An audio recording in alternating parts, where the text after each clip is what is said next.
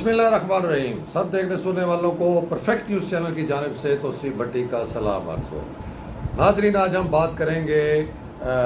بہت بڑے لیول کے اوپر بے ضابطگیوں کے حوالے سے. اربوں روپے کی بے ضابطگیاں سامنے آئی ہیں ناظرین. پولیس ڈپارٹمنٹ کے اندر, کمشنر آفس بہاولپور کے اندر آڈٹ رپورٹس ہم تک پہنچی ہیں ناظرین. اس کے اوپر آج ہم تفصیل سے بات کریں گے اور آپ کو بتائیں گے ناظرین کہ کس طرح ان